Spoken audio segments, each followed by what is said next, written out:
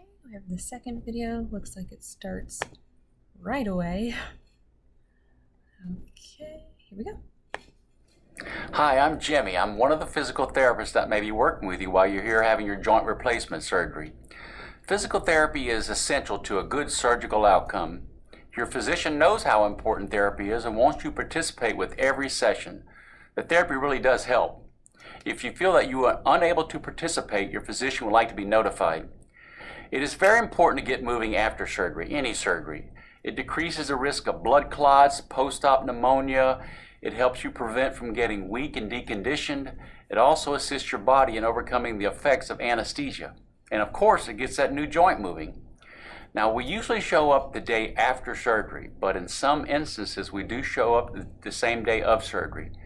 It depends on the type of surgery you have, the time of day your surgery is, and per your doctor's request. But when we start, we'll come by twice a day to work with you, once in the morning and once in the afternoon, 7 days a week. Even on weekends, you get to participate with therapy. With many of our joint replacement procedures, peripheral nerve catheters are used for pain control. They numb your leg so it doesn't hurt as much, but they can also make your leg muscles weak. During therapy sessions, we will review some basic exercises that help strengthen your muscles, improve circulation, and get your new joint moving. One of our main goals is to get your new joint moving so it doesn't stiffen up while it's healing. So remember, motion is lotion. We encourage exercises for circulation, but also to reteach the muscles to listen to what the brain's trying to tell it. These exercises may include ankle pumps, which involve moving your ankle as though you're pressing on the accelerator of a car.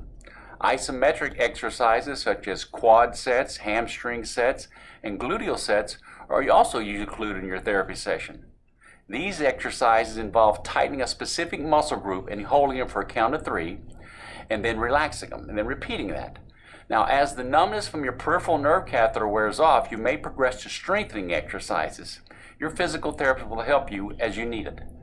Included in these exercises may be short-arc quads or terminal knee extension, same name for the same exercise.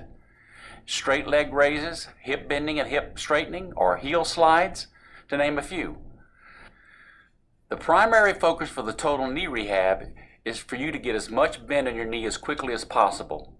The best time to move your knee is when it's numb from the peripheral nerve catheter, before scar tissue sets in. The primary focus for the total hip rehabilitation is to make sure you can walk safely with your walker and protect your hip while it's healing. Depending on the type of total hip surgery performed, you may have movement restrictions. For example, if your incision is on the side of your leg, you may be advised to avoid excessive bending at the hip, crossing your operated leg, and rolling your leg inward. In other words, you can turn out and be a duck, but don't be a pigeon and turn in. If you have these restrictions, you will be taught the proper way to getting in and out of a bed and a chair. Therapy sessions for both hip and knee replacements will also include getting you out of the bed.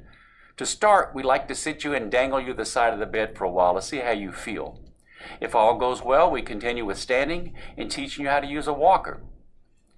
Remember, with many of our joint replacements, peripheral nerve catheters are used for pain control, and that means your leg muscles can be weak.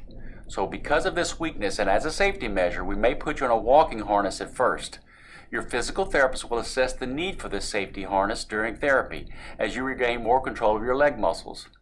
Your safety is our priority.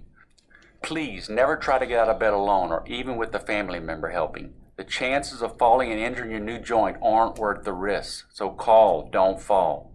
Your physical therapist will develop a therapy plan for you based on your specific surgery and condition, and will modify this plan as needed, since everyone progresses at their own pace. This post-surgical individualized plan trumps any of the exercises, movement restrictions, or other demonstrations presented in this video. Well, I hope this video was helpful in understanding what to expect from physical therapy. We look forward to seeing you and helping you move forward through your journey through improved functional mobility.